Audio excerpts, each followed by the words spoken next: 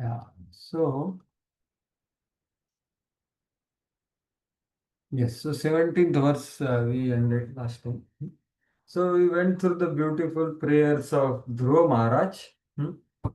So just to reflect in few minutes of that he first of all was very much astonished, and he expressed his gratitude that this is all because of Lord's mercy, that all my senses have suddenly become inclined towards the Supreme Lord.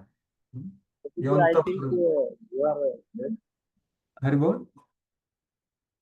Yes, Sachin Po, I could not hear what you said.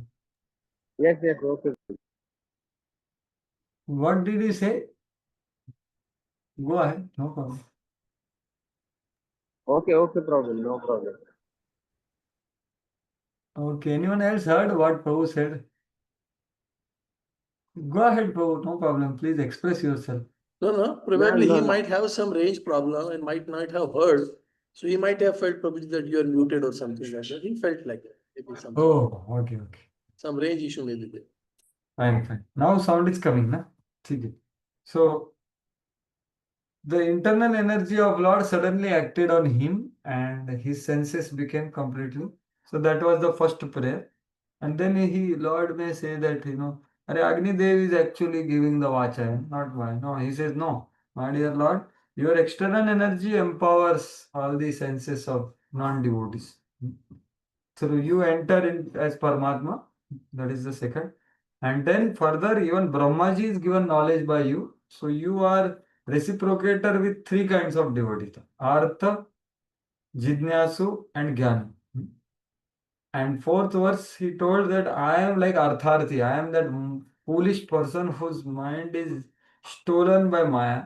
So I was asking you something which is to be enjoyed by the material body.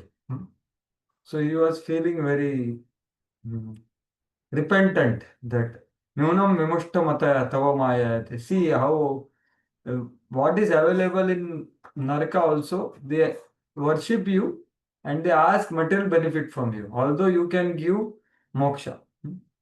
So you want moksha? You want to merge in Brahman? He says, no.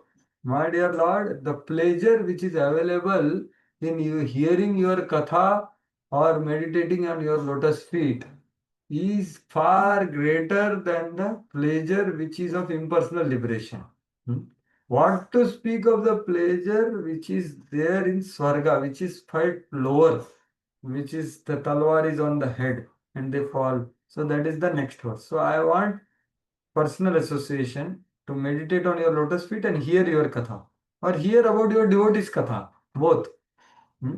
या निवृत्तिस्तनुभृतां तव पाद पद्म ध्यानात् भवज्जना कथा श्रवणेन वास्य. Hmm? And then he expresses his desire. Bhaktim mohu pravahatam. What is your desire? I want association of prasanga of such pure devotees. And what happens in that association? One becomes completely matta. Right? Bhavat guna kathamrita matta. So there Dhruva Maharaj is doing like this.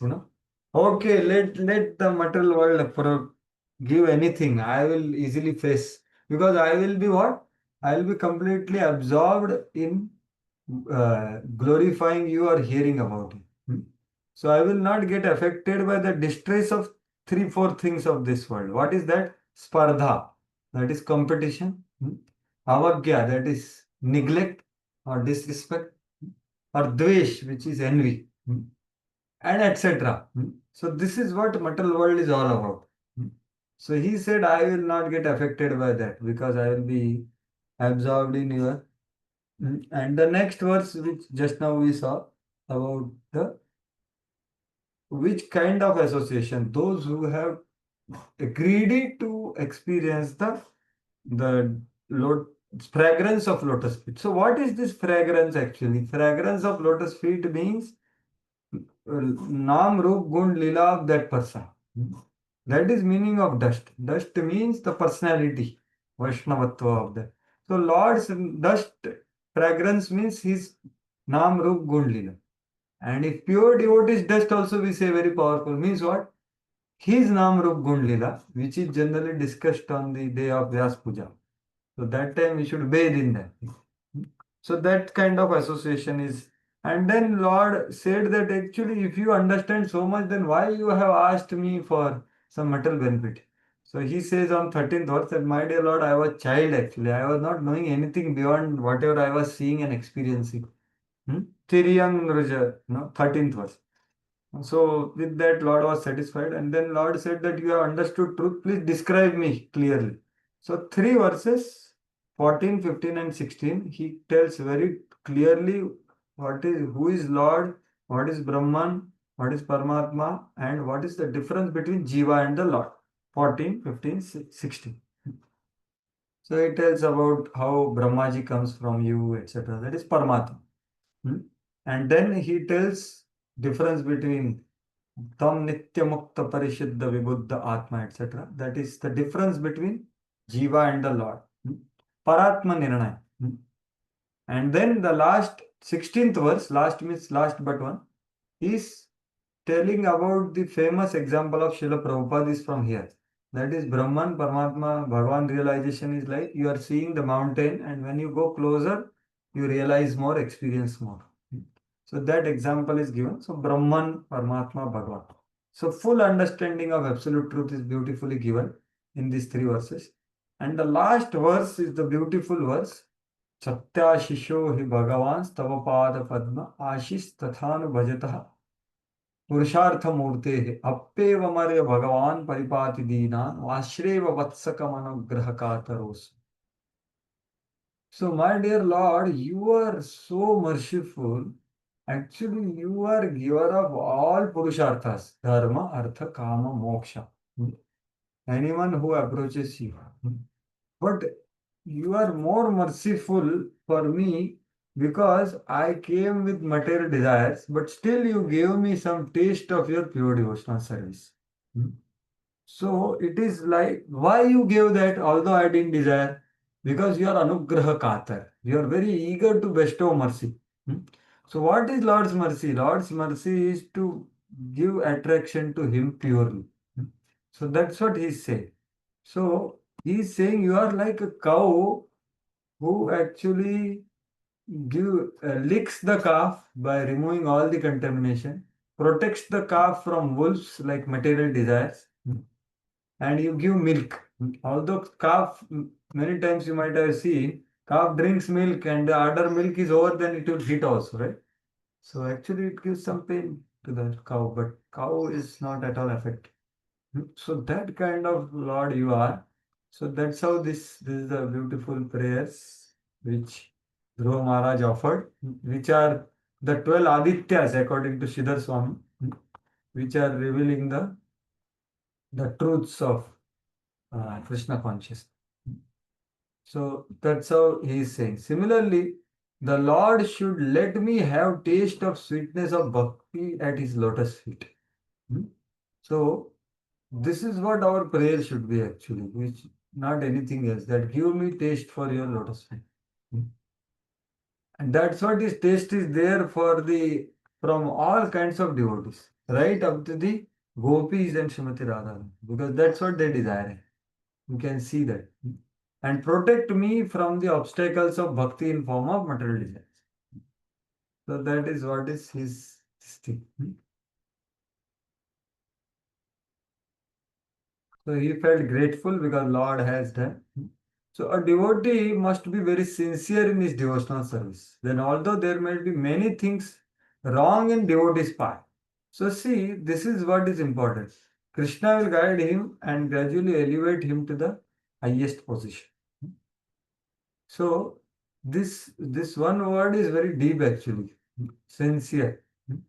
So sincere can be reflected. What is meaning of sincerity? So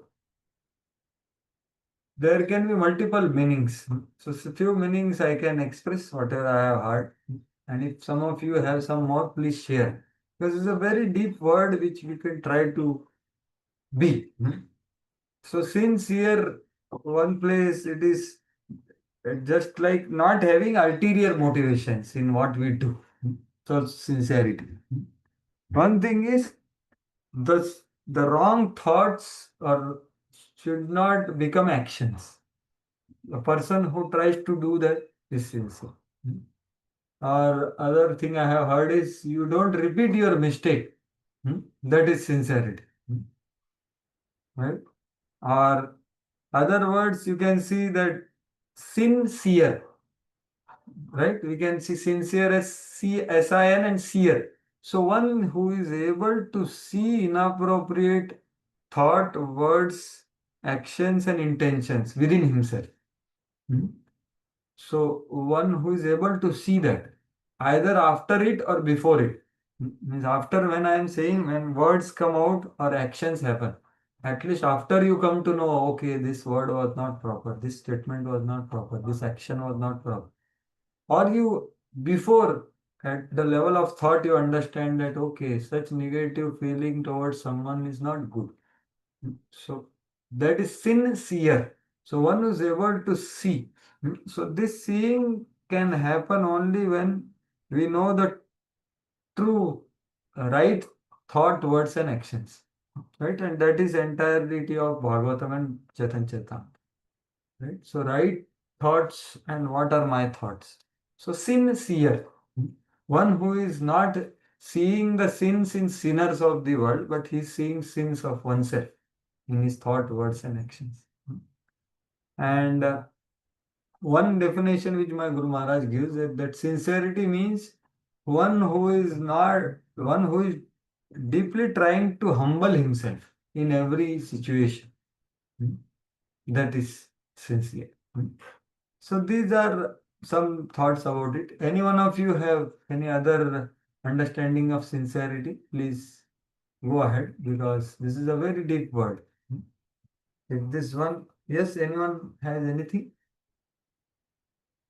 Oh, wonderful, bro. I just noted few of them, and I will try to contemplate on this definitions of sincerity. And even if I try to follow one of them, it will be good thing. Thank you. Yes, bro. I am also trying. I also repeated like direct. Can I share one thing, bro? That's what I want. So please. Some 2 years before, when Haldar Maharaj had come to Pune, and he had Yes. taken a house program in our house. So it was on the terrace, and then it was in the evening. So practically it was late night, but I said, Maharaj, I have one question. So I asked a question to Maharaj. Maharaj said, Maharaj gave question on this 325:21. This Titik Karunika, Titikshava Karunika, Surda. Yeah. so these qualities one should have, and that is the sadhu level. So I asked a question to Maharaj. Maharaj, there are how many qualities which a devotee is supposed to have, being a devotee, or supposed to cultivate over a period of time in the association of devotee as the Bhakti grows. So my question was, Maharaj, should we try to develop these qualities? And when we develop these qualities, then our bhakti also grows. Or we should do bhakti and these qualities will naturally come up. Sadhu. Very nice question. So Maharaj said, see, we are in a movement or mission wherein we have to do something from our side. That's fine because suppose someone both usko gussa aata hai, very angry. So naturally, in our daily discussion, he has to have this habit of controlling his anger. Or someone is too much having this type of. So Maharaj gave a couple of examples. But he said ultimately, every quality in spiritual life has to be spiritualized quality. And that comes only when we do bhakti nicely under the guidance of a Sadhu Guru Vaishnava. And that quality is a pure quality. But as you said, on a practical level, we may aspire to do something which is in our hand. But he said, ये ज्यादा दिन तक नहीं चलेगा. ये situation के हिसाब से करना पड़ेगा, करना भी चाहिए. पर इसके ऊपर अगर आप करोगे और उस पर कुछ अचीवमेंट आ जाएगा तो तुमको अहंकार हो जाएगा. So he said, just do the bhakti nicely under the guidance of Vaishnava and chant nicely, and this quality will be spiritual qualities which will be developed. So I just wanted to share. Thank you. Sadhu, bro. Thank you so much. And this is what Rup Goswami says in NOD, what just Maharaj said actually. It is there in Abhideya. So what Maharaj said is very deep actually, that what all we have to do is to practice pure devotional service. And that is meaning of what is pure devotional service? Following Sadhu Guru. Guru Mukha Padma Vakya Chittati Kariya. So that's what is the message of Rupa Goswami Prabhu. However, what is my reflection on this is because I did think a lot about it because I want to follow one thing, not multiple things, right? ये करना है, क्या करना है, क्या है, quality develop करना है कि क्या करना है? So, so this is there in Bhagavad Gita 12th chapter. 12th chapter, Krishna says so many qualities. This is dear to me. This person who has these qualities is dear to me. So I was wondering, so there it is very clearly written that one who hears these qualities depicted by the pure devotees and desires to cultivate them. This is there in Bhagavad Gita probably. So this is what we have to hear the qualities depicted by pure devotees, these qualities, not by anyone else, because these qualities are depicted by so many people in this world. But they are like temporary, as you said, as Maharaj said so nicely, that it has to be born from bhakti. So this is there in 12th chapter. Just let us just quickly see that because it is something very wonderful. This is always the yeah. I'm just showing that 12th chapter because Krishna says this is dear, dear, dear. So many qualities. He doesn't take any name. So you can see here the last verse. This is last verse of 12th chapter where Krishna is saying who is Ativa Priya. He is telling so many Priya, Priya, Priya, right? ये तो धर्मामृतम इदम यथोक्तम पर्युपासते श्रद्धाना मत परमा भक्तास्ते अतीव में प्रिया. So earlier was only deer. So who are most dear? So they are these people. So you can see Vishwanath Chakravarti Thakur. Two indicates differentiation. Thus, various devotees previously mentioned were fixed in their individual natures with certain qualities. Okay. So some are this, some, so many. So they are all different kinds of devotees. But the practitioners who desire all these qualities of all the types of devotees are superior to just mentioned, who have attained only some of qualities. Therefore, the word Ativa is used. Such devotees who take up all the qualities are even dearer to me. So, so, and see, regarding hearing about that also he writes, that is not here. Where is that? I must see. Hearing these qualities. Yeah. This is how this thing. Summarizing the qualities fixed in various types of devotees, which he has just mentioned. The Lord now describes the result of hearing and deliberating on the qualities by devotees, desire of obtaining all the qualities. So, hearing and deliberating on these qualities. So, this is what is important. So, cultivation is of pure devotional service, but deliberation is of what is meaning of humility, what is meaning of sincerity, what is meaning that has to be clear. Otherwise, we'll think that okay, this quality means this. So that is what is said here. So thank you for reminding of Haldar Swami Maharaj Prabhu. Hare Krishna. Yes, Mataji, your raised hand is now or previously? Yes, Mata. So, can we say that sincerity means honesty and being genuine? Being honest and being genuine. As sincerity. Yes, yes, Mataji. Being honest and being genuine. Very correct. It is, yeah, not having ulterior thing. Honesty means, like Dhruva Maharaj himself was honest, right? That to Narada, that I am desiring this. So, yes, honesty also, surely. It's a very, very, very exalted quality. And one more thought in the same direction is the same verse actually. Titikshava karunika surdaha sarvadehina. So that verse is depicting the ornaments of a pure devotee. So ornaments are different than the devotee in itself, right? So this is a tatastha lakshana of devotee. What is the swarup lakshana of devotee is the next verse which Kapila says. That is 22nd verse. So that is what मयि अनन्येन भावेन भक्तिं कुर्वन्ति ये दृढां त्यक्त्वा सर्वकर्माणा त्यक्त्वा स्वजन बांधव. So this is the Swarup Lakshana of devotee. This makes him beautiful. And the ornaments are something which make him more beautiful. So ornaments are important or person is important. So primary, like secondary characteristics are the qualities. The primary characteristic is a Tatastha Lakshana. Tatastha Lakshana is Titikshava Karunika. Whereas Swarup Lakshana is Mai Ananyena Bhavena. Bhaktim Kurvanti Me Drudam. So that is what is the Siddhanta, which is given by Kapil Muni. So ornaments are different. And ornaments can be seen by someone. But sometimes if pure devotee becomes angry, then they become offensive also. Right? Because they are seeing ornaments only. They are not seeing the Swarup Lakshan. So Kapil Muni is very clearly saying that. So Tatast Lakshan means what? Kusumadapi Komalam Vajradapi Kathoram also. Right? So the devotee will depict whatever is needed whenever it is for serving Krishna. He will not think that, okay, I have to be tolerant, I have to be merciful, I have to be this.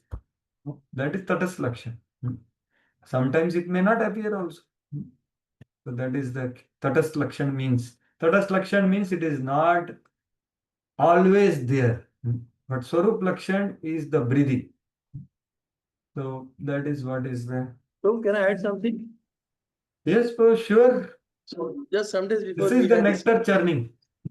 some days before we had a discussion, and one shloka came up. This was in my mind for a long time, but then Revtipati, who is our Vanprastha mentor, so that discussion came out. It was wonderful shloka for a devotee who is struggling in the material life, but just he prays that, oh Lord, I'm not going to give up your service. Whatever you want, I have so many problems, but with the pace of time, I asked Prabhuji this question.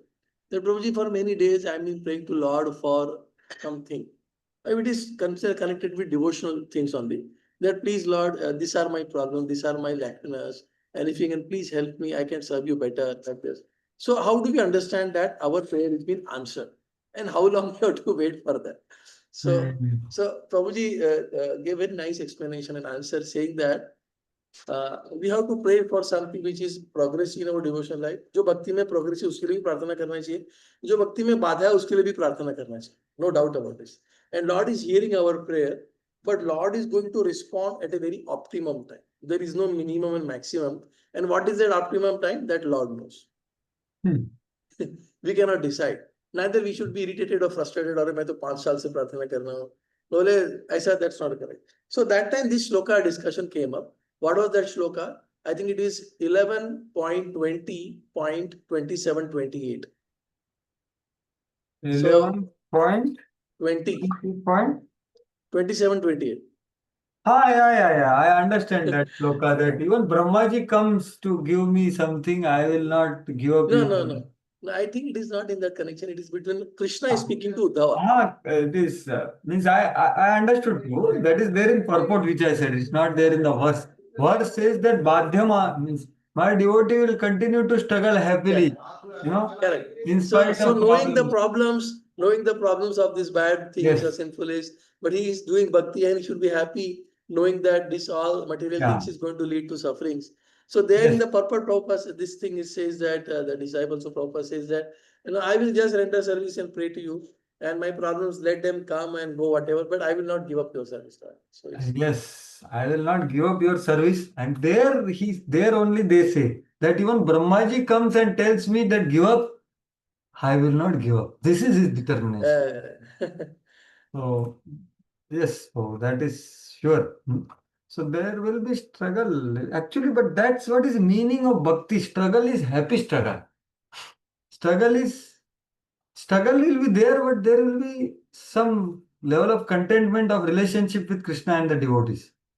Because struggle will be there till love of God is not awakened. There will be struggle at different levels of struggle. So, but it is surely pleasing struggle, or pleasing is very big word, but happy struggle. That yes, I have so many devotees. Lord is there. Is so yes, bro. That is very wonderful verse actually. Actually, that is about Uddhav Gita, Lord says to, maybe we can read just the translation of it. It's very wonderful. 26, 27. Yeah, 27, 28. Yeah. Jatu Shraddha Mat Kathasu Nirvinna Sarva Karmasu Veda Dukkhatmakam Kaman Parityage Pi Anishvara. ततो भजेत मां प्रीतः श्रद्धालु दृढ़ निश्चयः जिषमाणस्य तान् कामान् दुःखदोषाश्च गर्हः. Having awakened faith in narrations of my glories, being disgusted with all material activities, knowing that sense gratification leads to misery, but still unable to renounce all sense enjoyment, my devotee should remain happy and worship me with faith and conviction. Even though he is sometimes engaged in sense enjoyment, my devotee knows that all sense gratification leads to miserable result, and he sincerely repents. So this is what is connection, what you brought out. So this is the sign of sincerity. In this verse, Lord is saying that sincere devotee has such kind of faith and conviction that yes, Lord will help me. And here only you can see, bro, here somewhere even Brahmaji comes, Brahmaji comes and tells that, okay, you leave devotional service, I will give you. See, I am not interested in mental speculation and fruitive activities, karma and jnana. Even if Lord Brahma personally comes before me offering such engagements, I will not be even slightly interested. Although I am attached to material things, I can see very clearly that they lead to no good because they simply give me trouble and disturb my devotional service. Therefore, I sincerely repent for my foolish attachment to so many material things and I am patiently awaiting Krishna's mercy. So these are beautiful words of Srila Vishwanath Chakravarti Thakur, which are quoted by Srila Prabhupada's disciples. So, So yes, that is in quoted from Vishwanath Chakravarti Thakur, sir. yes, yes. Oh, for the same shloka he has commented in the Yes, Salartha Darshan. yes, yes, Prabhu. Actually, Prabhupada's disciples are so wonderful that most of the times they quote acharyas and they fluff it very nicely. Very nice purport of this. Actually, to be very frank, Prabhu, this is the definition of these verses which you quoted are the essence of sincerity of a practitioner. Now, these verses 11.20.27 and 28. So, it's a very, very pertinent thing which. Even Retipati was saying that this is a position of a sadhaka, struggling devotee. Yes. And how he get a soothing balm by hearing this कि भाई मैं अकेला नहीं हूँ उस गाड़ी में यही प्रॉब्लम है और कृष्णा भी बोलते हैं प्रॉब्लम है चलने दो तो तुम्हारा भक्ति गाड़ी चलने दो. Yes, that's the thing. So it's very. Actually, there is one similar verse of this only. Lord is saying in the same Uddhav Gita. See, he says, बाध्यमानोपि मा भक्तो विषयार अजितेन्द्रियः प्रायः प्रगल्भया भक्त्या विषयार्नाभिभूयते. So this Lord is telling, my dear Uddhava, if my devotee has not fully conquered his senses, he may be harassed by material desires, but because of his unflinching devotion for me, he will not be defeated by sense gratification. So, like that, Uddhav Gita is very, very encouraging though. That So one thing has come in our reading. There are so many discussions in the Bhagavatam, Dhruva Charitra, Prahlad, and many places. There's Maitreya and other places also. But the conversation between Krishna and Uddhava, I think it is the longest. It covers whole Gita also, and I think there is anything which is untouched here. It talks about creation, it talks about pure devotion, it talks about yoga, it talks about jnana, it talks about. I mean to say anything and everything is there in this 11th canto. Wonderful, actually. Yes, bro. That's why. But the most unfortunate thing is hardly people quote it or read it because it comes after the ocean of 10th canto. So 11th canto is very, very less discussed and read. I just said last week I heard a quote from Govind Maharaj, and I think in this 2 weeks only Bhanu Maharaj also said the same thing. He said unless a devotee understands Srimad Bhagavatam 11th canto, he cannot get prema. Both the same statement, close to same statement. Both this. Can you send me that? It's very important. Can you please send me? I will just check. This Govind Maharaj is in my cabin. This Delhi course is there. There it is there. Bhanu Maharaj, I'll just check in one of the lectures he has spoken. Yeah, Govind Maharaj is also more than sufficient. I just give you the statement. photo, yeah, I'll send. And actually, what you said is correct. Srila Prabhupada writes in third canto, where 3.1 to 4, because Uddhava is telling, na? So, what was not spoken in Gita is spoken in Uddhava Gita. Na? Content wise, elaboration. Secondly, what are the confidential things which are not spoken in Gita are spoken in Uddhava Gita. So, Uddhava Gita is extremely important and it's very important. But you can understand who will reach till Bhakti Vedant ka 11th canto. So, it's hardly discussed, bro. That's why Eknath Maharaj, Marathi, he has written entire Bhagavatam. He chose only 11th canto. Why he can choose? Does he not relish Krishna Katha? No, but he chose 11th canto only, Eknathi Bhagavat, because it's important. It's most elaborate description philosophically, devotionally, which can be there and it is coming from lotus mouth of Krishna. So it's very, very important for. So that's why I request all of you, whosoever are still remaining, continue this study of Bhagavatam and reach till 11th canto and 12th canto, because hardly few people read, and those who have read, they never quote. That is the very condition. So that is what is the case. So I was sharing these words. So this is, so what do you mean by defeated, not defeated by sense category? Abhibhuyate means what? He will not be victimized. He will be harassed, but not victimized. So victimized means what? And harassed means what? So there is a difference. So because Krishna protects that devotee who is sincere. So that is what is. But he should have this conviction. So a great warrior may be struck by the weapon of his enemy, but because of his courage and strength, he is not killed or defeated. So that is what is Krishna's. He accepts the blow and goes on to victory. Similarly, one may contract a serious disease, but if he takes proper medicine, he is quickly cured. So that's how this very important aspect of sincerity is there. And Dhruva Maharaj is, at least I feel, very close, because no material desires and all are there. But we don't want them, but we can't just delete them, right? Material desires, you can't just shift, delete, or you cannot fulfill, you cannot kill. So you have to deal with them. So that dealing is taught here by Prabhupada. So one should simply pray to the Lord and be constantly engaged in his loving service.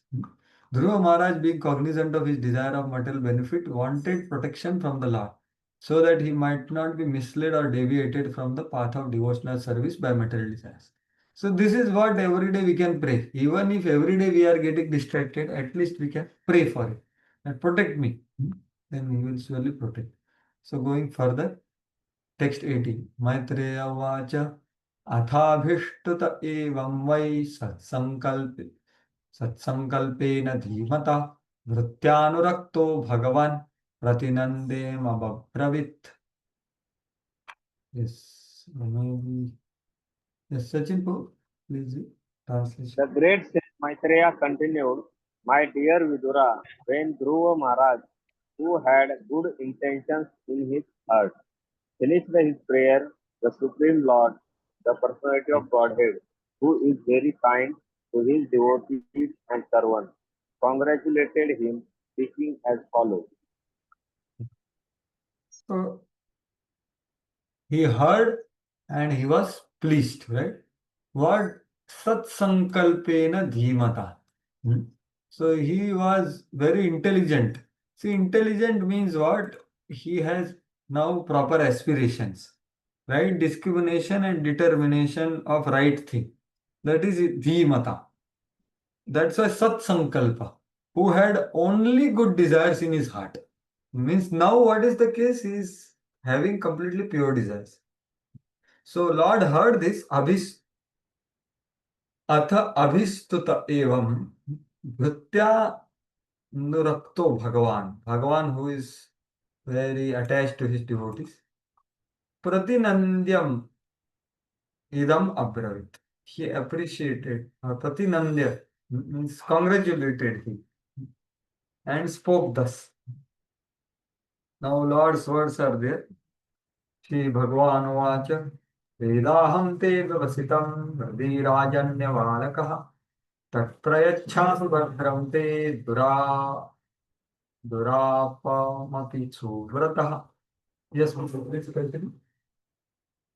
The personality of Godhead says, My dear Dhruva, son of the king, you have executed pious vows, and I also know the desire within your heart. Although your desire is very ambitious and very difficult to fulfill, I shall favor you with its fulfillment. All good fortune unto you. Yeah.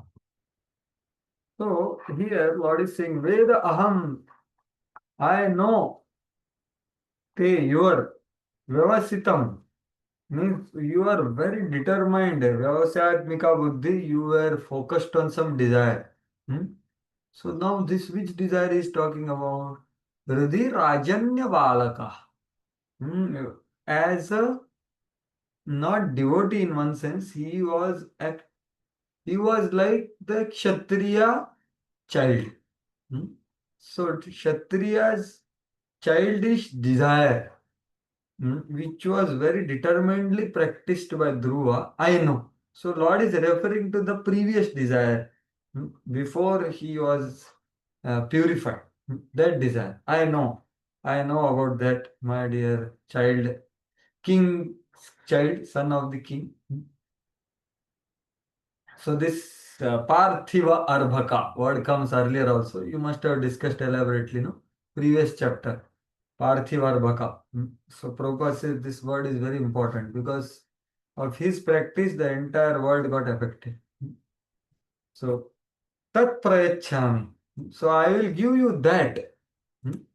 So what is that? That means what you desired, the bigger kingdom than your forefather. And then Bhadramte means what? Let there be auspiciousness for you. Means what? I will not only give you that, but I will give you my love also. That is what is auspiciousness. So that is the real auspiciousness. That I will give you that Bhadramte, which is very difficult to attain. Durapam. Api Subrata. So Srila Vishwanath Chakravarti Thakur says this one word api indicates many things. So you can see that. So there is conversation between, oh Prince, your desire of power is natural because you are child of Rajanya Balak, right? You want power, influence, this is natural. Therefore, I will fulfill that desire. But then will you not give me prema? No, no, all auspiciousness to you. Do not worry, I will give you prema. So this is indicated by the word api. So this is the meaning. The api word also. So this is his honest path. He is asking. Padam, rather he asked, so he is quoted. What was his desire? Is quoted. Padam tribhuvan utkrishtam jigisho sadhu atman. Yeah. So please accept that place now. That's what Lord is saying. So Prabhupada fluffs this whole thing in his purpose by saying that Lord is merciful in both ways. That let there be all good fortune. All good fortune means what? His childish desires also will be fulfilled. And his right now, what after purifying he wants love of God, that also will be fulfilled. So the fact that Dhruva Maharaj was very much afraid in his mind, for he had aspired for material benefit in discharging devotional service, and this was hampering him from reaching the stage of love of God. So now he has understood that, right? So that's what Prabhupada is putting this concern here. And this concern is there, right? Here Dhruva Maharaj is speaking. So that Prabhupada has put. He was afraid in his mind. And so, and it was hampering him from this attaining. So so Prabhupada says, who desires that? It is natural for a Kshatriya to desire influence, expansion. And he want to excel all family members. So Lord assured Dhruva Maharaj that Dhruva would not be bereft of Lord's love. He will get that also. He will get the kingdom and he will get love, both, without getting affected. He encouraged Dhruva not to be worried that he childishly had material desire. and at the same time had a pure aspiration to be a great devotee. So this was previous and this was after meeting Narada Muni and Suniti. So this is the influence of association and execution of orders. The Lord knew that he was such a great devotee that in spite of having material opulence, he would never be deviated from law. So like that Prabhupada loves. So Lord explains what he is going to give. So you can read the translation through directly. The Supreme Personality of Godhead continued, "My dear Dhruva, I shall award you the glowing planet known as the Pole Star, which will continue to exist even after the dissolution at the end of the millennium. No one has ever ruled this planet, which is surrounded by all the solar system's planets and stars. All the luminaries in the sky circumambulate this planet, just as bulls grid around a central pole of the pole for the purpose of crushing grain, keeping the pole star to their right. All the stars inhabited by the great sages like Dharma, Agni, Kashyap, and Shukra circumambulate this planet, which continues to exist even after the dissolution of others. Yeah, so he's describing the place and the opulence of the place and the importance of this place and how it's a central place. Everyone else revolves around it. So because he desired like that, Lord is giving like that. So that's the whole thing about this. So Prabhupada explained that. Dhruva wanted best of the planets, and although it was childish prayer, Lord satisfied. Right? The specific significance of this planet is that until the entire universe is annihilated, this planet will remain. Even during devastation, which takes place during night of Brahma. So there are two kinds of dissolutions. One is actually there are four types, but in this context, two.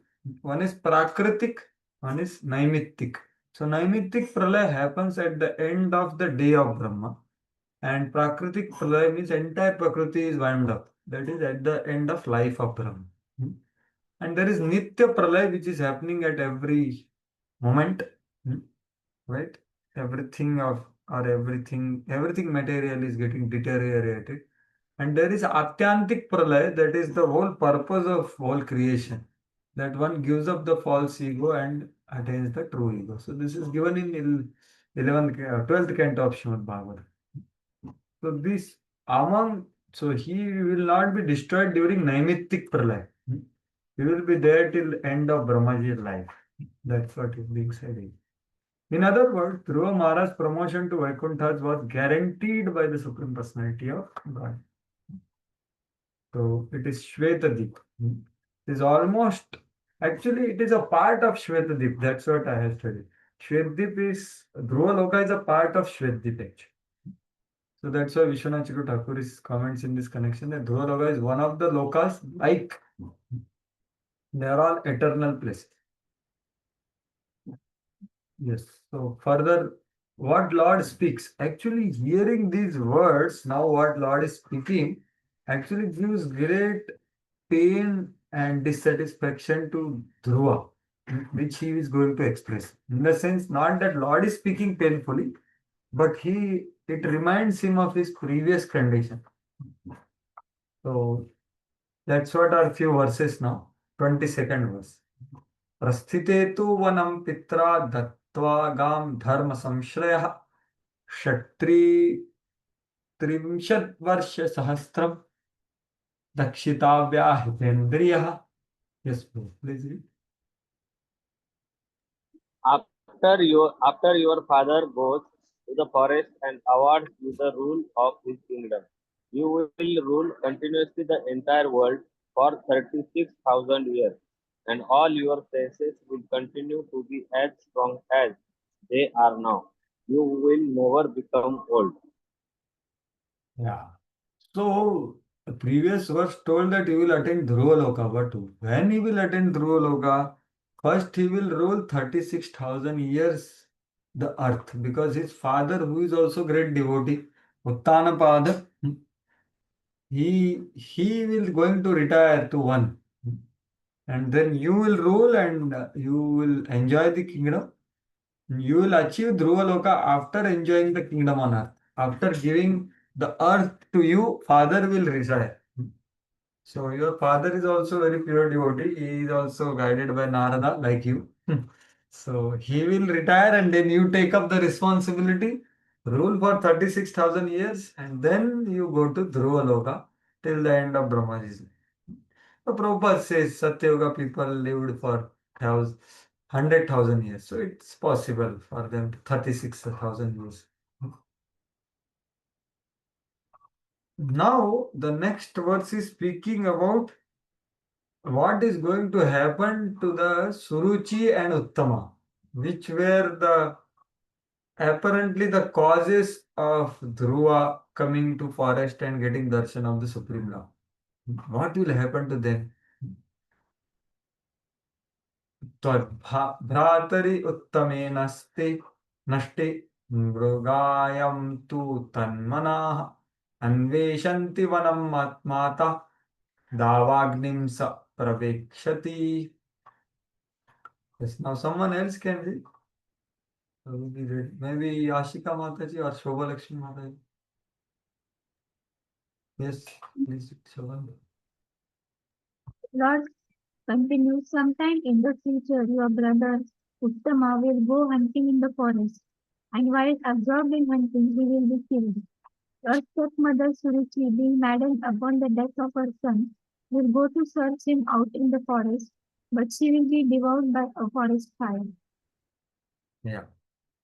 So, what will happen? Brother will go and he is absorbed in hunting, he will be killed. And mother who is attached to the brother, attached to Uttama, and that attachment only caused the offense actually. And now that same attachment will cause death also. So this material attachment is the cause of all problems in this material world. Is cause of all offenses of this material world. So that's what is there. And the same asakti of Uttanapad also became the cause of offense to Dhruva. The offense of commission was done by Suruchi because of material attachment to Uttam. And offense of omission was done by Uttanapad by not speaking anything to protect his child, who also deserved affection. So this is what is the cause. And Prabhupada writes a very strong purport here as an effect of offense. So actually Dhruva Maharaj was not devotee that time, right? Externally speaking, he was just a boy. But now he has become Bhagavata. So now, so Lord takes that offense also seriously. So actually this was told by his guest Sundar Sham Prabhu when I went to NIT Warangal as a student, in 2009, and I was like fearful. My Lord, means we don't know who is going to become devotee, right? And if we act inappropriately with them, and if they become devotee later, then the offense will come to us. So we have to be careful in every dealing with we do with every living entity, especially Vaishnavas and the human being to start with. Because everyone is a potential pure devotee, or everyone is a devotee, potential devotee. Right? So this is what Lord is clearly telling whom Dhruva Maharaj is telling. Actually, it's very painful for him also to hear. But that is what is the case. So let us see the purport. So her adjective is you tan manaha became because she was so attached, Suruchi was so attached to Tama. So she went searching for him. Can you imagine? And she entered Davagni. Actually, it is said that she will enter. So I am wondering that she didn't get that's why she entered the Davagni or Davagni caught her. That is not described anywhere. But the separation is there, surely. Please hear what will happen to Suruchi, your stepmother, who offended you, my devotee. So this is what Vishwanath Chakravarti Thakur, one line purport. And then Prabhupada writes a big purport here. Very important. So He says Prabhuji, that, sorry to disturb you. Can I see that one line too? I just missed. yes, Prabhu. Suruchi, please Or you have. want to see the original, you can No, see. it's okay, bro. Please hear what will happen. This is Who after text. you? What is the text number, Prabhu? This is 4923. 23. No? Okay. It's okay, bro. Please continue. Yes, no problem. I'm just reading the Sanskrit one. Mad bhakte tvai सम सम्मात्र के अपराधीय अपराधिन्योः सुरुचेर यद भविष्यति तत् शृणु इति आह. Like that is told. That's what is the translation.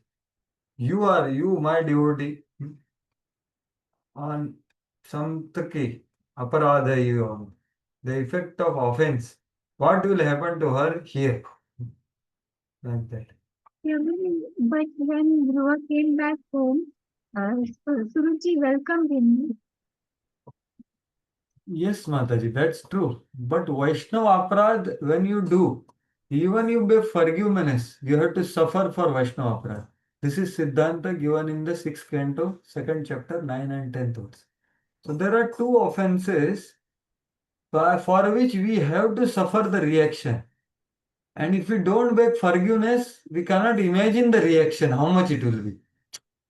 Even taking remedial measures, one will have to suffer for Vaishnava Aparad. That's the danger of Vaishnava Aparad. And he was not a Vaishnava also. This is another thing to be thought about. So the suffering will be there. Just as Gopal, who is that? Gopal Chappal, who got the leprosy? Gopal Chapal. Yeah. So he begged forgiveness earlier, but he was not honest and sincere. So Mahaprabhu became angry, you will rot like this for 1,000 years. But later on, when Mahaprabhu went to, I think, Aparad Bhunjan Sthal, no? Then he begged forgiveness actually, very genuinely. And then he asked what I should do, and then Mahaprabhu tells him, you glorify with the same mouth. So remedial measure will be there, though, Mataji, but What he told? Glorify? he says that I have blasphemed devotees from my mouth. Now what I should do? Then Mahaprabhu says, you have drunk the poison from that mouth. Now you drink the nectar by the same mouth by glorifying them. Something Okay. like that. I'm paraphrasing. Okay. So this is one way, which is one of the important measures to actually, if we have blasphemed the devotees, criticized the devotees, then we have to glorify the devotees, or we have offended them, then we have to please them actually. So can I add one thing? We have to close the file, Mataji. File closing, you understand? Means there is no emotional negativity among both.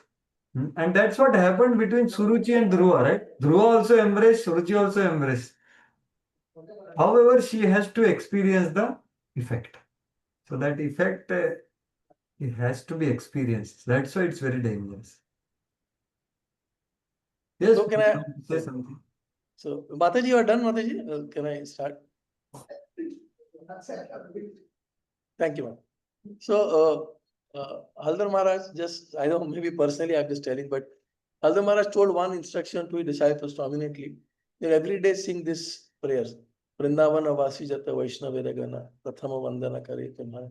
In that one of the lines comes Haya Bena Haya Chena Prabhur Jata Dasa. There he says all those Vaishnavas who had been in the past, I couldn't associate, but I pay obeisances to them. And all those Vaishnavas who will become Vaishnavas in the future. Future. Yeah. Haya Chena Haya Bena. So that really touched me actually. This if we make this habit, but very easy to speak, Prabhu. Maybe remember you can speak also, but with practice and by the blessings we may follow. Sadhu, thank you so much for sharing. At least I will think of reciting this verse because it's an instruction, it's a very deep thing. Actually, who is writing this prayer? Devkinandan Das Thakur. Who is that? I don't know. Sorry. You please The educate same us. person whom we discussed. What I heard is Gopal Chappal only became later Devkinandan Das. Oh, really? Oh, see. That's how he's glorifying the Vaishnavas and he's offering personally obeisances to Vrajvasi Vaishnavas, Mayapur Vaishnavas, Orissa Vaishnavas, and then current Wherever, Vaishnavas, future wherever. Vaishnavas. So he has learned that lesson because he did the mistake. Now, so much repentance is there in his heart. Oh, great. I was not knowing this. Thank you for educating them. Actually, yesterday only one devotee, not yesterday, today morning, one devotee shared with me this that there is no reference for this, but I have heard bro, that Devaki Nandan Das, that's why he is in this mood. But it's so nice thought you have very pertinently said because that's the point here, right? Dhruva Maharaj becomes a devotee later, right? And here he is offering obeisances to those who are going to become devotees. So it's so nice mood actually, which Parapuja Haldar Maharaj is telling his disciples as an instruction. So thank you for sharing that. I will also try to do. It's very nice. And I want to speak of the Vaishnavas around also, we have to be careful. Only one thing we have to be careful is this only. And Parampuja Gopal Krishna Goswami Maharaj would fear only one thing in his life, and that was this.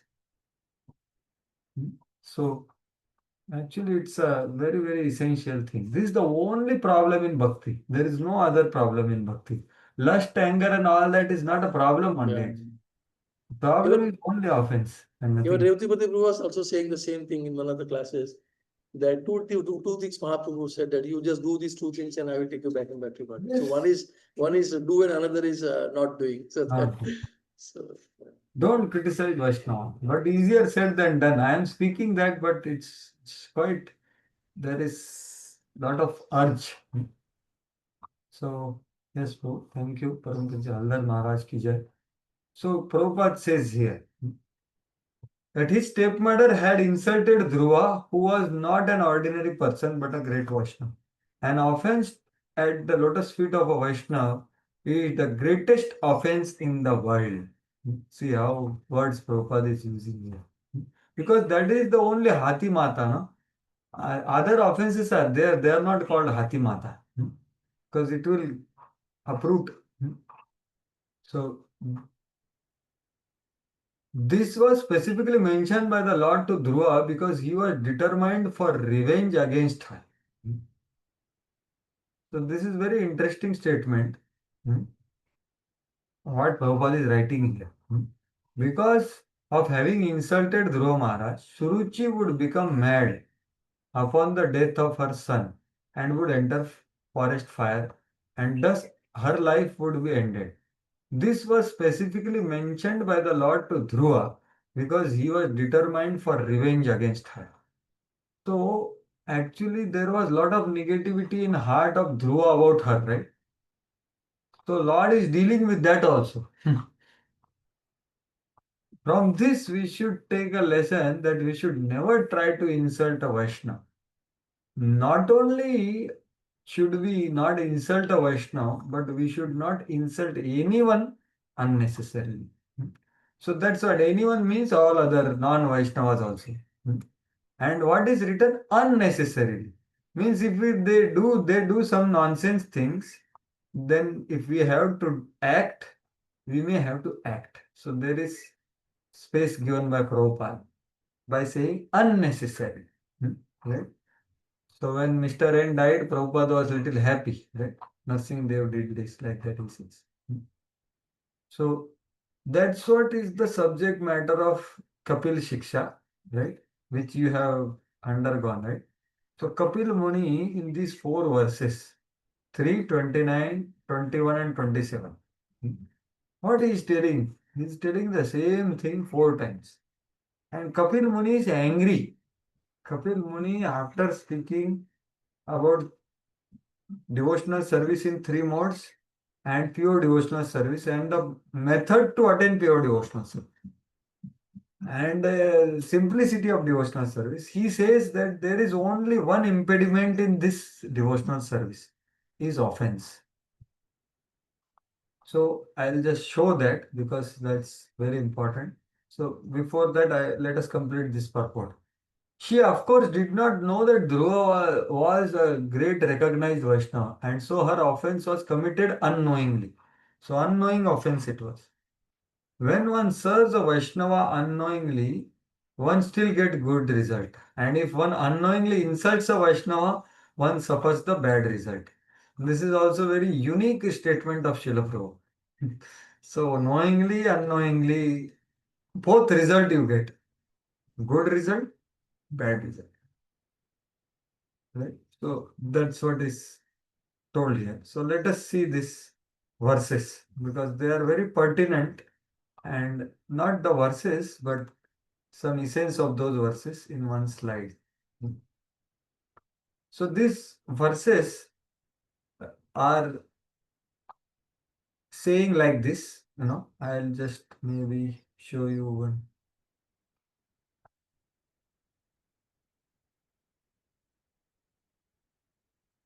Anyone can read the translation of first verse 3.29.21.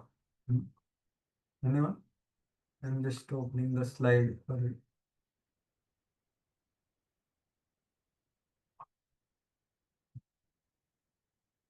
Okay, fine, I've got it.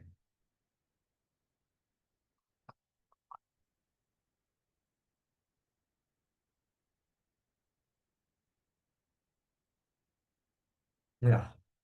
So only obstacle in bhakti is offense against arising from envy. Actually, envy is the root of offense. So see, Kapila, this already I told. So won't say much. That he told what is devotional service in mode, then pure devotional service, then process to raise the pure devotional service. After till 19th verse of 29th chapter, which is the most important chapter in Srimad Bhagavatam actually, this chapter. Only obstacle in growing in that way is offense. So 4 levels of offense are told, like 4 stages of cancer are there, right? So 4 levels of offense. What are those? Disrespect, disregard, hatred and criticism. 21 to 20. And he gives solution also. What is that solution? Very practical solution. Mana, Maitri and Dana. That's all. And do your dharma, strive to practice pure devotional service. That's the solution. So this is the verse. Aham sarveshu bhuteshu bhutatma avastitah sadah tam avaggyaya mam martyah kurute archa vidambanam. Yeah, please read the translation. Someone who was reading. Yeah. This one only, Prabhuji.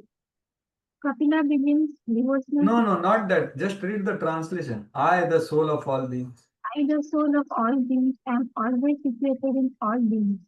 He who disrespects me in all beings performs false worship of my deity form. So this is just one verse where Lord is telling that if you worship me and you avagya. So what is avagya means? You disrespect someone, living entity. Then what you are doing? Your deity worship is vidamban. Vidamban means what? It is false worship. So next verse tells that if you worship me and disrespect any living entity, that worship is like putting ghee in ashes instead of fire. 23rd verse says, if you worship me very nicely and if you disrespect other living entities, then that will never mind will never be satisfied of that person. And the 4th verse, 21, 22, 23, 24, 23, sorry, 24. There he says that any person who worships me with lot of different articles, but he disrespect other living entities, that will never lead to my pleasure.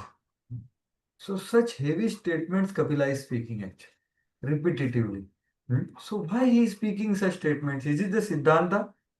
Actually, we have heard that even if you do 5 potent forms of bhakti, little bit without offense, you can attain bhava. Then why Kapil is saying this? So Kapil Muni is not speaking Siddhanta, but he is speaking out of anger, out of affection. Yeah, so please read this purport. However, this is Vishwanath Chakra Thakur purport. Please read.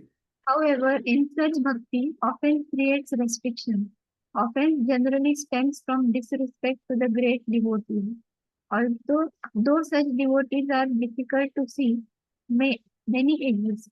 In order to avoid offenses to them, one should pay respects to all living entities, thinking that the Lord is present in all of them. Without doing so, even worshipping the deity forms of the Lord will not give any result. Since, the, since he is the Supreme Lord, Kapila then speaks in 6 verses, somewhat angrily out of affection to benefit his devotee who does not respect all beings. Yeah. So see, so this is to just angrily someone speaks to make it heavy, right? So Kapil Muni is very heavily telling what Prabhupada is telling here, that don't even unnecessarily harm insult anyone, what to speak of Vaishnava. So that's how these 4 verses, 4 levels of negativity are told. So it begins very small, avagya, but it becomes, you know, avagya, then there is, and in English, disrespect, disregard, hatred, and criticism. Right? So that's what is avagya ishwaram hitva. Then dvishataha, there is emotion, negative emotion. And criticism means it manifests on tongue. Criticism. So this person performs imitation worship of my deity forms. So these 4 stages of cancer actually. So one can understand that cancer also third, fourth stage we can't recover, right? Very difficult. So similarly, this is very important to work upon. So there is a lot to discuss about it, but we can't discuss that right now. But one thing I would request all of you is that there is one wonderful lectures on these verses by Param Pujya Bhakti Vigyan Goswami Maharaj, Deadly Disease of Envy and its Cure. And when I heard that, my eyes were opened. I felt why I did so many things for last 15 years. These mistakes of ninda, disrespect. Why these great souls are emphasizing on proper dealings with all, one and all. So if you wish, you may see those lectures. They are very helpful. So he tells 4 levels of envy, which Kapila, he explains what Kapila says actually. So avagya means what? It's a very simple starting of negativity about someone. That is, I am so many ways better than this person, and he is so many ways inferior to me. That kind of thought and looking down on that person is avagya. And that's the beginning of cancer. And if it grows, then you want to avoid that person. If it further grows, then you want to harm and hurt that person. And then you want to criticize that person. And you will say, I am calling spade a spade. Where is the wrong in what I am doing? So this is what is 4 stages, he says. So it begins very innocently, but it's a very dangerous thing. So that's how this kind of insult happens because of only one problem, that is envy. So what is meaning of envy? Let us try to understand quickly. So as Srila Prabhupada is telling here, you can see understanding envy. The emotion or thought which is completely opposite of respect, which is the most difficult thing in the third verse of Shikshashtaka. So, yeah, please read what Prabhupada says in 9:11:23. This is Falashruti of Ramayana in Bhagavatam. Yeah, please read. Devotee must therefore be completely free from envy, especially of other devotees. To envy other devotees is a great offense, a Vaishnava aparadha. A devotee who constantly engages in hearing and chanting Shravan Kirtan is certainly free from the disease of envy, and thus he becomes eligible to go back home, back to Godhead. Yeah. So he is saying the same thing, but he is giving solution also. So what is this envy? Para utkarsha asahanam. We are unable to tolerate others' excellence, others' glorification, others getting attention, others getting services, others getting something which we want. That is called matsara. Or asuya means guneshu dosha avishkara. That there are so many good qualities, but we small bad quality we make it avishkar, advertising that quality of someone else. Guneshu dosha avishkar. And Srila Bhakti Tirtha Swami Maharaj is defining. So this definition really moved me when I heard this in Vada.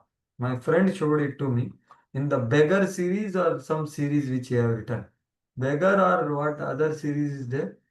No, there is one thing, Beggar series, and there is some other series. So I don't know. Envy means minimizing existence of others.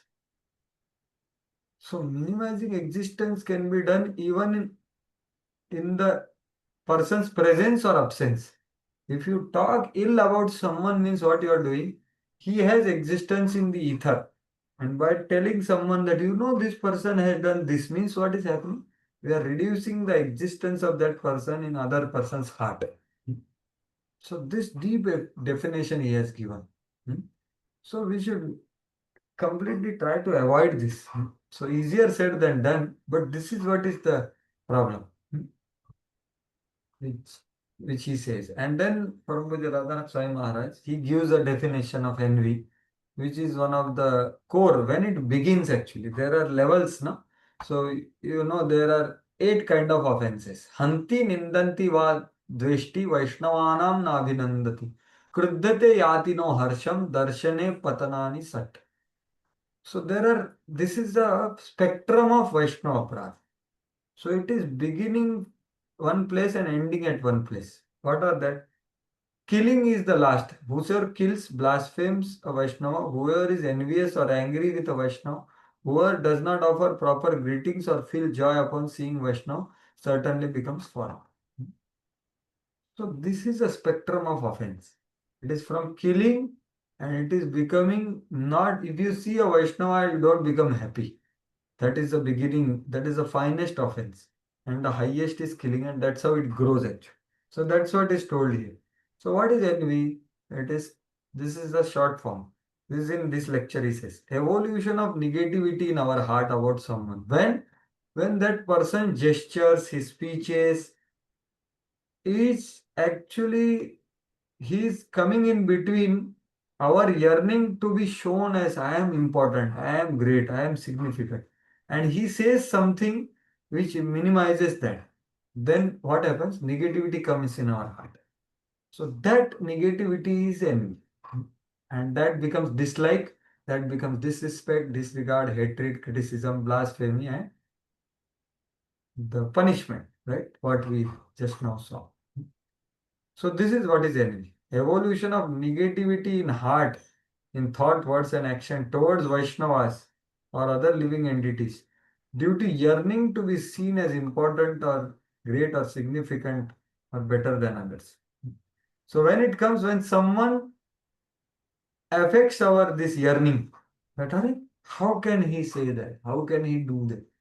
So that is the beginning of the cancer. So to the degree we deal with it at a lower stage, to that degree it can be cured fast. That's what is the what Maharaj was saying. Parambrahma Bhakti Vigyan Goswami. So that's how Prabhupada is saying here. That not only should we not insult a Vaishnava, but we should not insult anyone unnecessarily. So that's what Kapil Dev is telling. Because there are actually very interestingly, Vishwanath says that there are many such devotees, but very difficult to see, but many exist, he says. Right? Very interesting. So, Yasya Prasadat Bhagavat Prasad. The pleasure of Lord and pleasure of devotee. So that's what Prabhupada is quoting here. If you displease a devotee, means displeasing the Lord. So that's what actually Amrish Maharaj was affected. So Lord was there in his heart, so he was affected. So when Durvas Muni went to Lord, Lord said that I can't help you. You have uh, you have hurt his heart, and his heart is not different than me. Sadhava, Sadhavas are my heart. Sadho Hridayam Mayam Sadhunam Hridayam Tva. I don't know anything about them apart from them. They don't know anything apart from me. So we have to be very careful, especially Mahats. But for that sake, we don't know who is Mahat. Respect everyone. That is the strategy of Kapil Muni given to us. Right? And that strategy was imply that strategy was even applied by some personality in fifth canto. Who is that person? Hmm. So he ended up offending someone because he was not able to understand his glory. So who is that? Can someone say in fifth canto? Who offends whom and then begs forgiveness? So he Ravi- can, Maharaj or yes, Mataji. King Ravana. Haribo, sadhu, perfect. King Rahugana offends whom? Jad Bharat. Jad Bharat. Exactly. So that time Jad Bharat is not able to be seen as a Vaishnav.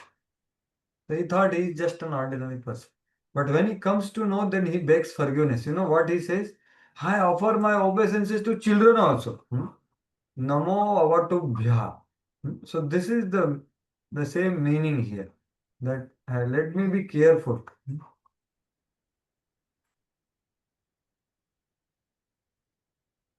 Nama names. Yes, yes, Hare Krishna. After this, Ravi.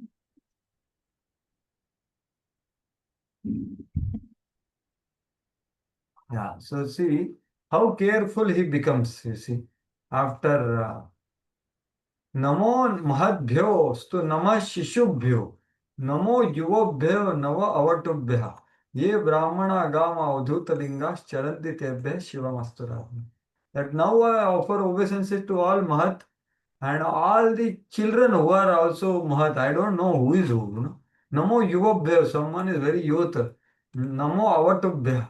Avatubhya means what? And to appear as children, who appear as children. Avatubhya. So I offer obeisances to all of them, Baba, because it's very dangerous. I offer my respectful obeisances unto the great personalities, whether they walk on earth's surface as children, young boys, avdutas, great brahmanas, even if they are hidden under different guises. I offer my respects to all of them. By their mercy, may there be good fortune in the royal dynasties that are always offending them. So he knows Kshatriya spirit. So he is calling that, don't repeat my mistake. So this is also similar to the prayer by, now what is that prayer, no? Devaki Nandan Das. After realizing the mistake, so they pray like that. Yes, going further. Ravi, one question. Yes, yes, madam. Suruchi did not know that she is going to get the punishment for her offense. But means she welcomed Guru, but then what she should have done to get rid of that offense? Rebo, amazing question. So, what she would have done? So, actually, since she was, we can consider so that she was unaware about the remedies of offense. So, it's very important to know the 10 offenses, and more important is to know the remedy of those offenses after we commit them. As our Krishnanand Prabhu, Shriman Krishnanand Prabhu, who comes here, he once was saying that morning we recite the 10 offenses and in the day we commit those 10 offenses, like that is. So we have to know the remedies of each of them and the gravity of each of them. So she was not aware about it. What she would have done, maybe if she knows that he became a Vaishnava, then if she would have done some remedial measure of that, then Lord would have not responded like that. Ah, So that is one thing. Since you are asking about Suruchi, so what she would have done? So she would have done the remedial measures of offense. And what is the remedial measure of Vaishnava Aparadh? Is somehow or other satisfy that Vaishnava by fulfilling his aspiration. And even if he doesn't forgive, then we have to try to do something anonymously and pray for it. Still he doesn't do, then we should take shelter of the holy name constantly. So this is what Madhura Kadamini Vishwanath Chakravarti Thakur says. We cannot just say, actually, I did, no, I didn't know. So I take shelter of holy name. Holy name is most powerful, no? Why I should go and beg forgiveness from that Vaishnava? So no, we have, once you come to know, we have to go and beg forgiveness. So I don't know whether Suruchi begged forgiveness or not. It is not described. She did embrace him, surely, but begging forgiveness, it's the most difficult thing to do in this world, genuinely. So Prabhuji, I was just reading one quote yesterday's, maybe 2, 3 days before. I think you are sharing the same quote which I am going to share. So please go ahead. Then you share. No, you share. I am very much sure you are going to share that. Yes. This is a Gaur Govind Maharaj's quote. I don't know whether you wanted to share that. Okay, then it will be different, but it's similar. Yeah. Amazing. Param Pujya Gaur Govind Maharaj. Thank you. So daily quotes are coming, so like that. So, Yeah. so one of the quote is regarding this Vaishnava Aparad, and Maharaj is giving an example that if there is a thorn which has gone inside the body from leg, you cannot take it out from the shoulder, which means If that something is going from leg, what is that code? What is that? thorn, Okay, one which has gone from feet. we cannot take it out from shoulder. So it has gone from the leg, it has to be taken out from leg only. Wow. So Maharaj said that if you are committed an offense, now offenses also has various categories, 3 type of offenses, 6 type of offenses, kaya, vacha, mancha. But whatever Maharaj said that whatever person you are offended, you have to beg excuse or sorry or permission from that Vaishnava only. It cannot be from some other Vaishnava. Yes. This is necessary. We have to go to that Vaishnava. So that is what is the first thing. And the quote which I wanted to share was this. So this is, I don't remember any Shastric reference for this, but it makes sense. Very, very nice. That the one who begs forgiveness is strongest. One who forgives is bravest. Because to forgive is also not easy. Is bravest. And one who forgets is happiest. So this is Sikshashtakam Prabhu's quote. Someone had put, but it was very heart touching actually. Because actually this is a blood group of a Vaishnava. In Gaurang Prabhu's language, this is a DNA of a Vaishnava. Forgiveness. No, he can unlimitedly forgive. Like recently, Sanat Kumar Prabhu, Shivan Sanat Kumar Prabhu had come. He said, actually, spiritual master is personification of forgiveness. So he, whatever mistakes he will do, he will never take that actually, in the sense of that. So he will forgive and he will help you. So, but you have to approach, right? You have to reveal all that thing has to be done. So we should never think that, so that forgiveness is really a very big thing. It's easier said than done. So when we beg forgiveness also, it has to be genuine. And we need to forgive devotee also. Forgiving means what? We don't have any keeping any negativity. Remember that incidents. No, that file is closed. That's the thing. That we have appreciation for that person. So Suruchi's case, I don't know whether she begged forgiveness or not. But she was very happy. And we are grateful to Suruchi actually for this whole pastime happened because of Suruchi. So we are eternally grateful to Suruchi and Lord is doing good for her. Please understand that Lord has enacted this, but surely Suruchi will be having a better thing in the next life. And it is teaching. So the thing is, what I was telling, remedy. So Vaishnava, the remedy is begging forgiveness from that particular Vaishnava. And secondly, if he is not forgiving, then what we have to do? We have to do some actions which will satisfy him according to his desire. This is second step. Genuinely. And if still he doesn't forgive, then we should take shelter of holy, constant holy name chant. And then he says, na, this Vishwanath Chakravarti Thakur is very amazing. Then you may say that actually I didn't offend a Mahat actually. This is a new devotee. I didn't offend a Mahat, but I had offended some. So he says, no, that means you are trying to avoid the remedy. So we should not do that. Or you say that I will take shelter of holy name. I will not go and beg forgiveness from him. Because it takes humility to beg forgiveness. Right? Genuine. So no, that will be the seventh offense or something like that, he says. That will be not proper application of the principle of holy name. Right? So because it becomes Nam Aparad, right? So Vaishnava Aparad is the biggest Nam. So remedial measure is something which is very important. Antaji. So what Suruchi would have done, she would have begged forgiveness and she would have pleased Dhruva Maharaj, and something would have happened different. But good that it didn't happen so that we can learn. Okay, these are few thoughts about Suruchi. Okay. Let us go further.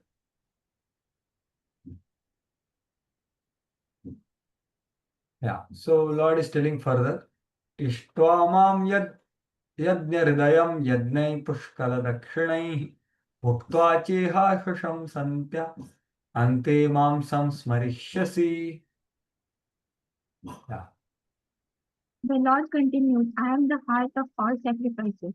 You will be able to perform many great sacrifices and also give great charities. In this way, you will be able to enjoy the blessings of material happiness in this life. And at the time of your death, you will be able to remember me.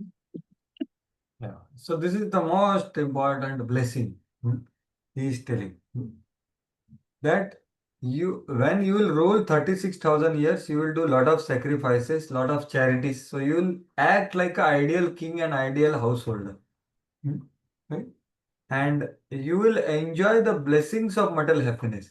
So actually see, in the material world, material happiness is experienced by following our duties properly according to scriptural injunctions.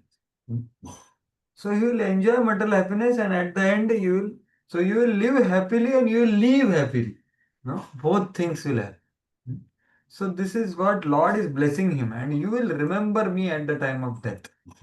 So that is another chapter which is there. Right? So Prabhupada, the Yagya has come, so Prabhupada will go to the Sankirtan Yagya and the importance of Sankirtan Yagya. So the result of whatever we do in executing spiritual activities is successful if we can remember Narayan, Ante Narayana Smriti. This program of constant remembrance can be disturbed by many things. But Dhruva Maharaj's life would be so pure, as assured by the Lord himself, that Dhruva would never forget him. Actually, this is a very profound statement of Prabhupada. See, he is speaking very practical that even if one desires to constantly remember, there will be a lot of disturbances due to the material world. But Lord is assuring him. So, there are other devotees also Lord assured. You remember any other devotee where Lord assured, you will remember me at the time of death? No? Any other devotee you remember? Or pure, some other pure devotee also told him that, if you take up this, then you will remain protected. I think Prabhupada told to one of his disciples while preaching to Japan or something like that. He said that I'm not qualified, but I fell down. Prabhupada said, no, you do it and then I will like this something. Yeah, Sudama Maharaj, he raised hand actually, I am ready to go. No? So Prabhupada told, I will take you back to Godhead, even if you go there and fall down. So this is amazing, Guru Mukha Padma Vakya, surely. Yes. Similar incidents come to my mind of another pure devotee disciple who went to Tirupati, right? On the risk. So that is powerful. Yes. But I was thinking about Shastric example also. Yes, yes, Mataji, you raised hand and lowered hand. Anything you want to say? Please go ahead. Parikshit Maharaj. Parikshit Maharaj was promised like that. Last. You will remember me at the time of death. So one thing I remember is Prachetas. Prachetas are the people who will come in the towards the end of this canto. So because of they got mercy of Lord Shiva. So they met the Supreme Lord, and Lord told them that similar benediction, that you will rule for a long time without your sensual powers reducing. Same thing here is going to say. You will enjoy kingdom and your duties you will do. And at the end, you will remember me and come to me. Pracheta, swear. And who else? Other is pure devotee. Other is one devotee who promises it. Actually, Priyavrat Maharaj, Hari Bol, that's what I would say. Lord Brahma told to Priyavrat Maharaj that Yes, you will bro, rule that that's and you what will I rule. exactly. So what happened to Priyavrat? What was told to him? So actually, he was not ready to take the household life. Yes. He was, but this Swayambhu Manu wanted to now retire, and therefore Narada Muni is there, Brahmaji is there, but somehow God convinced him, Brahmaji convinced that don't be uh, uh, don't be envious of the Lord. Sometimes the order of the Lord has to be accepted. You enter the family life and you'll be able to come out and remember the Lord like that. Yes.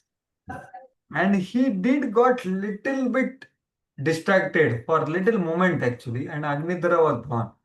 But everything else he did was miraculous. No one could do it. He just executed the order, he was protected.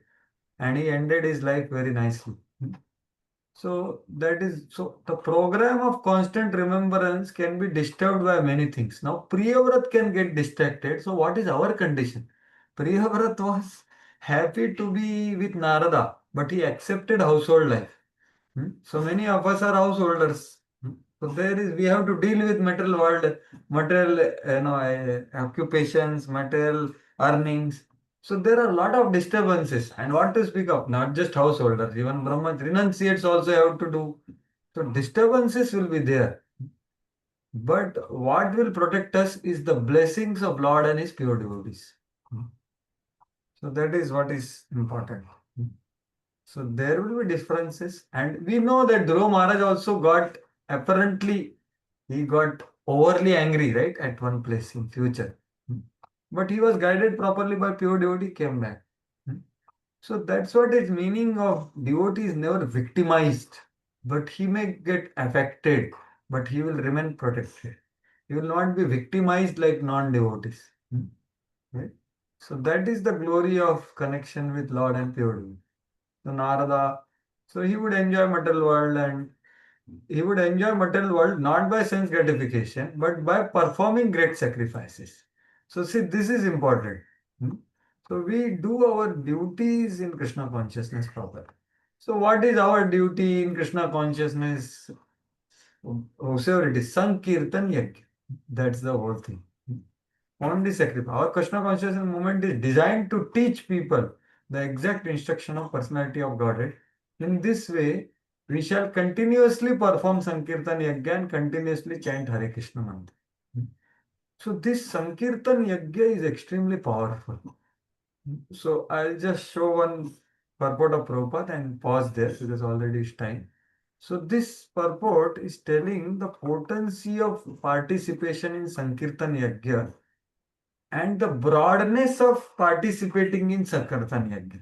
Sankirtan Yajna doesn't only mean that we take Mridanga Kartal and sing holy names. Surely that is there.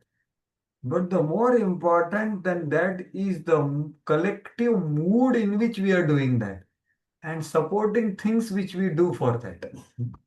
So, why I am saying that is this purport of Srila Prabhupada. I have written their number. What is that? First canto.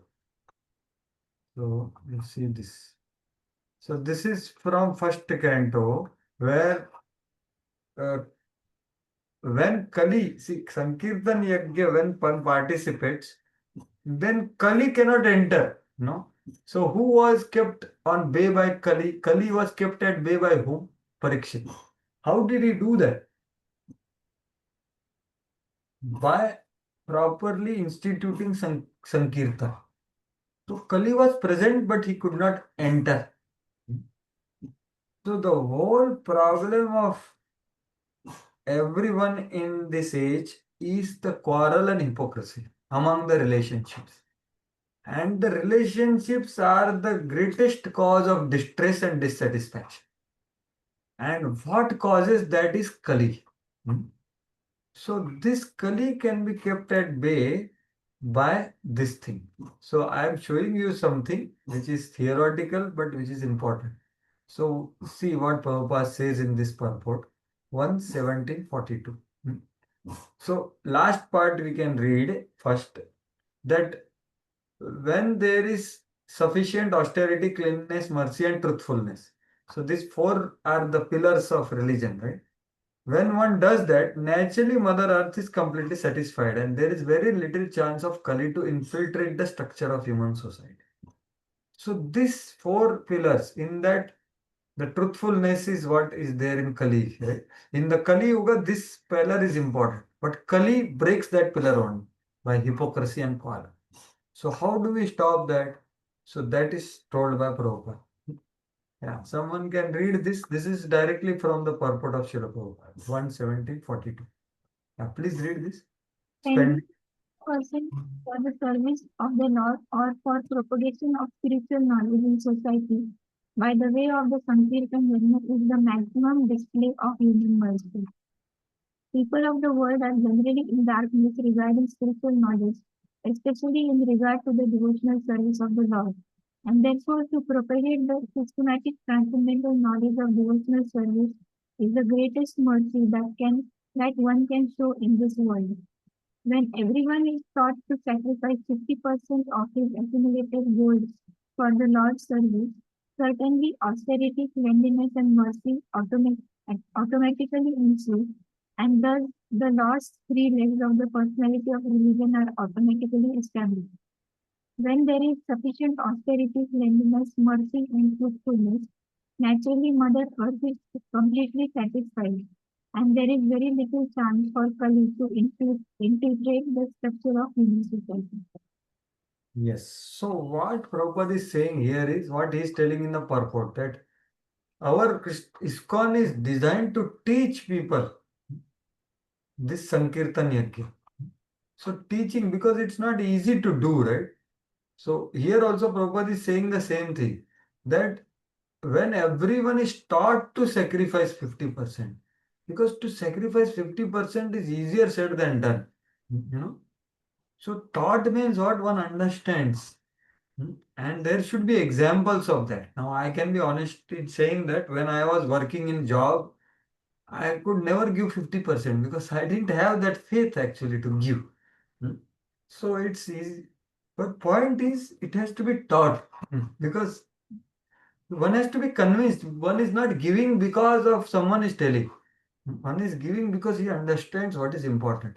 So one can start at 1% also. There is no problem. The point is one understands the importance, that what is the methodology.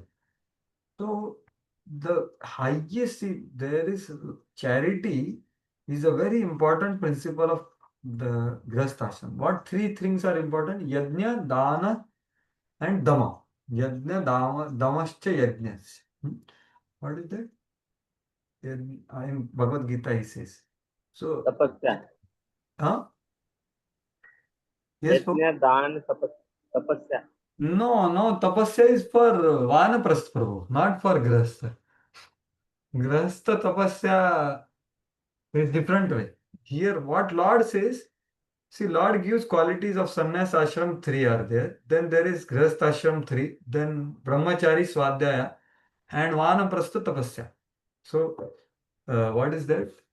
Vayam sattva samshuddhim jnana yoga vyavastitah danam damascha yajnasya. Danam, dama and yajna. So what you say tapasya is dama. Dama in the sense controlling the senses. And danam is a very important aspect, and that's what is spoken here.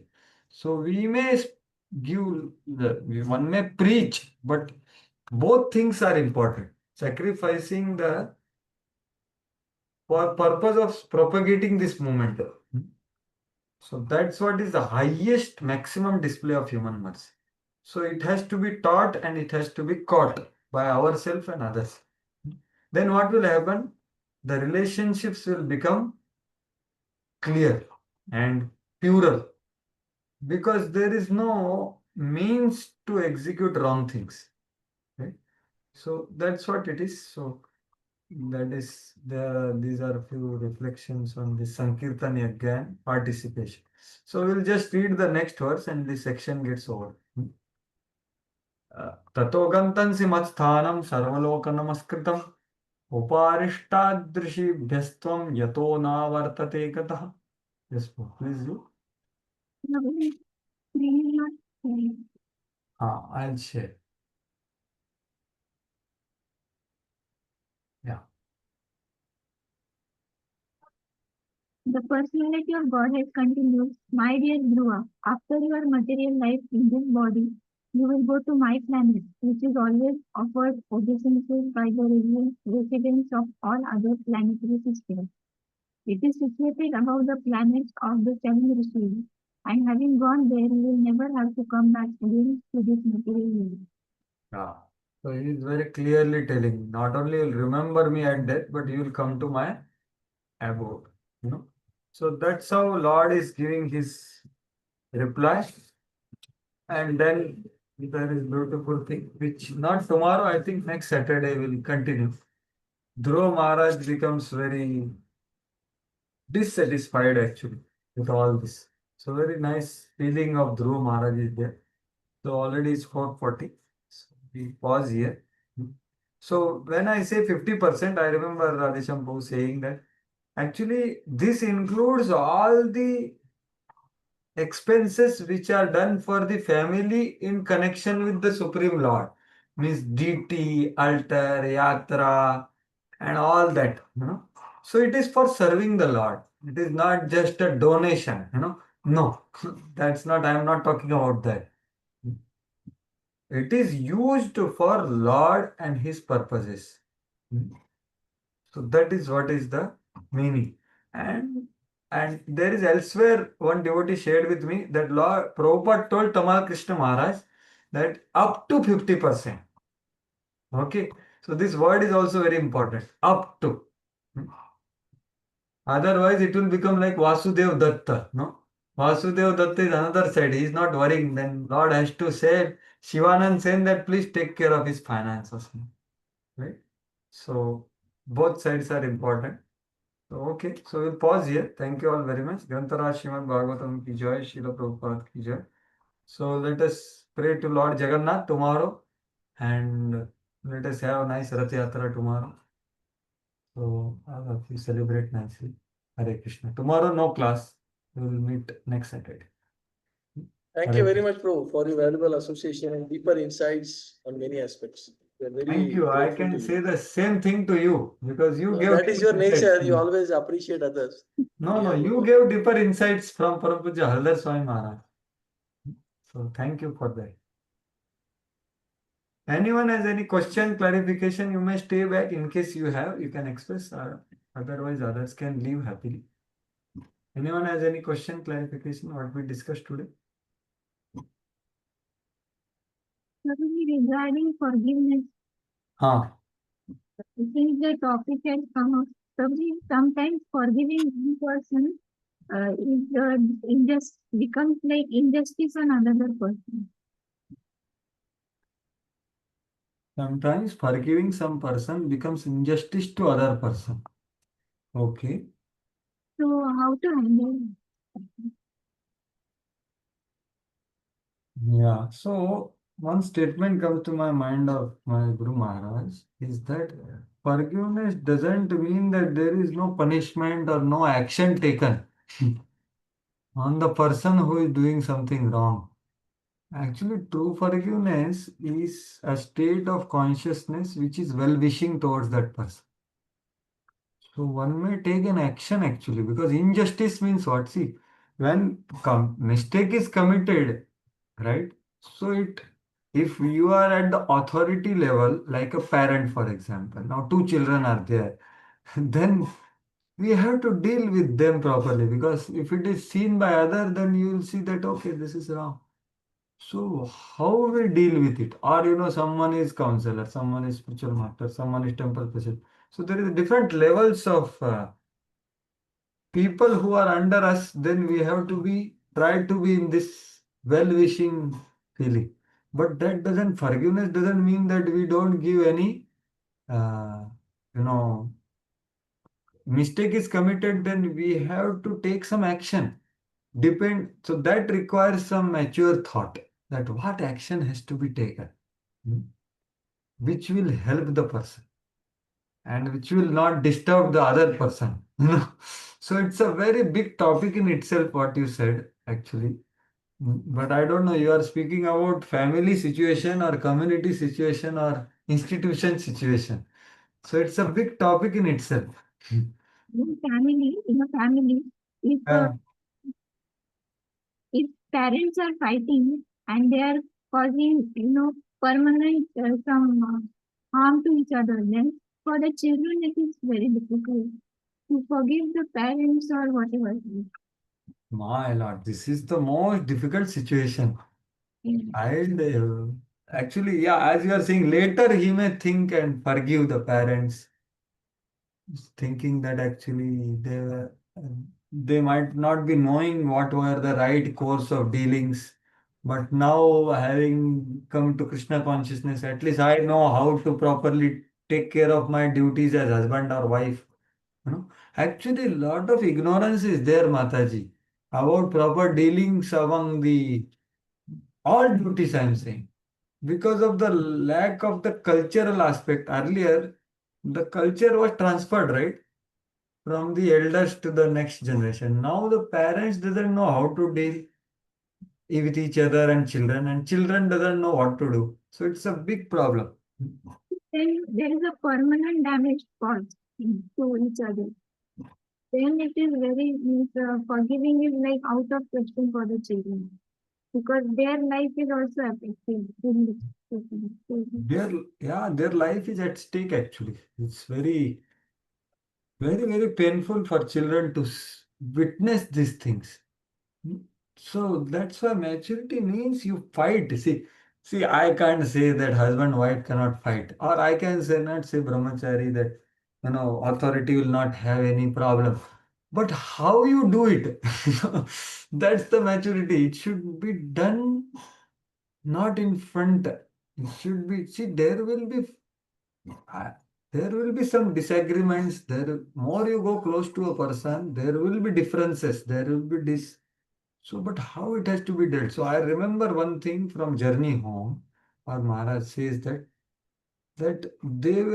his parents were about to divorce themselves because of the differences. But they talked with each other and they decided that for a child's sake we will remain together. Hmm. And this was very touching for him. So actually, there will be differences. Why this pastime happened of Dhruva Maharaj? Tell me. The whole beginning is husband-wife problem only, right? In front of the Dhruva Maharaj.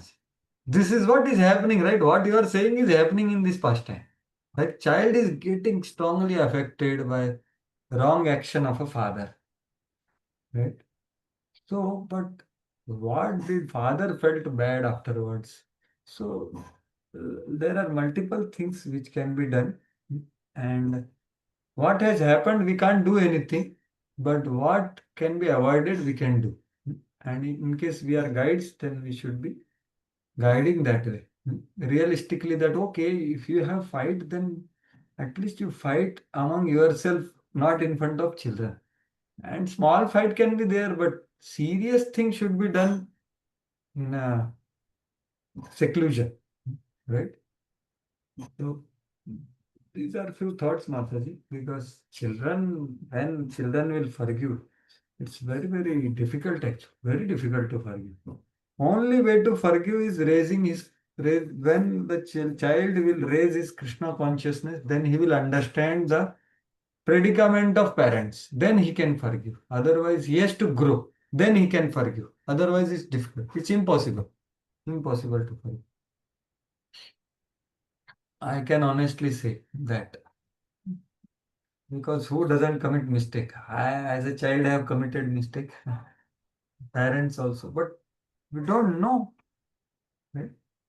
So these are few thoughts on them.